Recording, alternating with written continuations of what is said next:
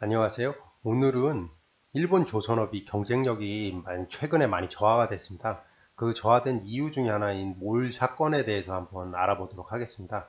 몰 사건이 뭐냐면 바로 나오는데, 우선 미쓰비시 헤비 인더스트리라고 미쓰비시 중공업입니다. 미쓰비시가 배 만드는 회사인데 생각보다 일본에서 큰 회사이고 미쓰비시 그룹이라고 표현해도 되거든요. 되게 그중에 미쓰비시 그룹의 핵심 회사이고 뭐 직원도 많고 뭐 되게 큰 회사입니다. 근데 이 회사에서 만든 미쓰비시에서 만든 배가 큰 사고를 일으켰습니다. 2013년으로 저는 기억하고 있고 제가 자료를 찾아보니까 그렇더라고요. 2013년에 이게 크게 보셔야 되는데 배가 어느 날 항해를 하다가 이 부분이거든요. 이게 배가 이러면 안 되는데 저도 깜짝 놀랐습니다. 그래서 파도가 있긴 있지만 이게 엄청나게 높은 파도는 아닌 걸로 보이거든요.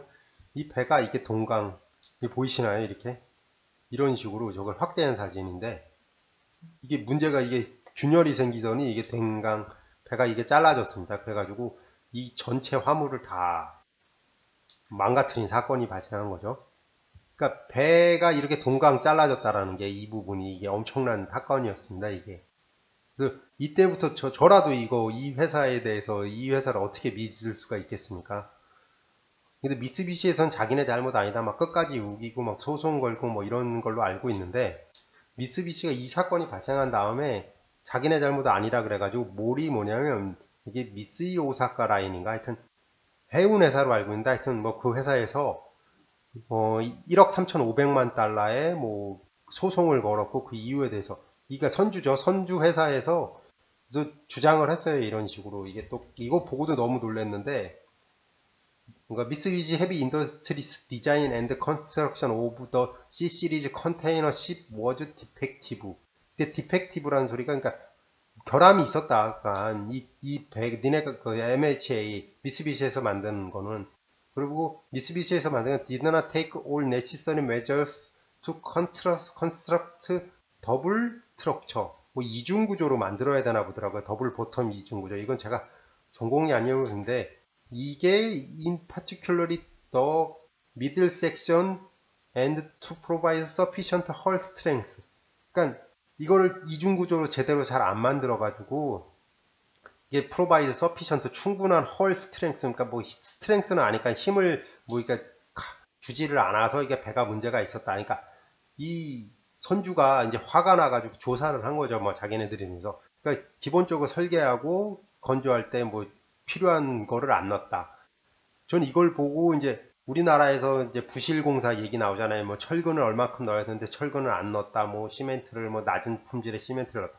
그랑 똑같다고 보거든요. 그러니까 미쓰비시에서 원가 절감을 한다든지 뭐 이런 걸로 이런 걸 수익을 더 극대화시키겠다고 그걸 빼먹은 거라고 이쪽에서는 주장을 하는 거죠. 그래서 더블 뭐 이중 뭐 보텀 하부 구조 뭐 이런 거겠죠. 이런 것들에 대한 처리를 제대로 안 했다라고 생각을 하고 있고 뭐 그런 식으로 진행을 하고 있다고 생각을 합니다.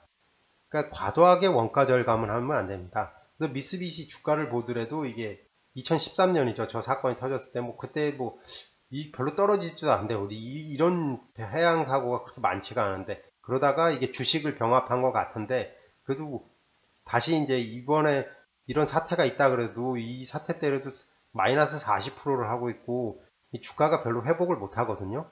그러니까 이 회사 자체가 무슨 문제가 있다고 볼 정도로 떨어지고 있거든요. 왜냐면 이게 떨어진 다음에 회복을 해야 되는데 회복을 그렇게 하지도 못하고 있고 계속 실망스러운 모습만 보여주고 있습니다.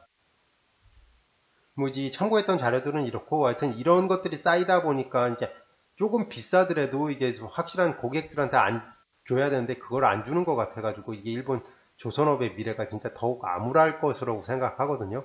이제 가격이 싼 거면은 가격이 되게 결정 요소가 좋을 텐데 이게 가격이 어느 정도 나가는 건데 원가 절감을 했고 저런 사고가 터지고 뭐 중국 조선업도 제가 자세히는 못 봤는데 무슨 한국하고 경쟁한다고 무슨 LNG선인가 만들었는데 걔가 배가 가다가 뭐 엔진 고장인가로 뭐 배가 멈춰서 무슨 바다 한가운데 떠 있고 뭐 이거를 막 그래서 선주가 막 소송 걸고 뭐 그랬다는데 이게 가격이 어느 정도 나가는 것에서는 이게 안정성하고 이게 되게 그 내구성이 되게 중요하거든요.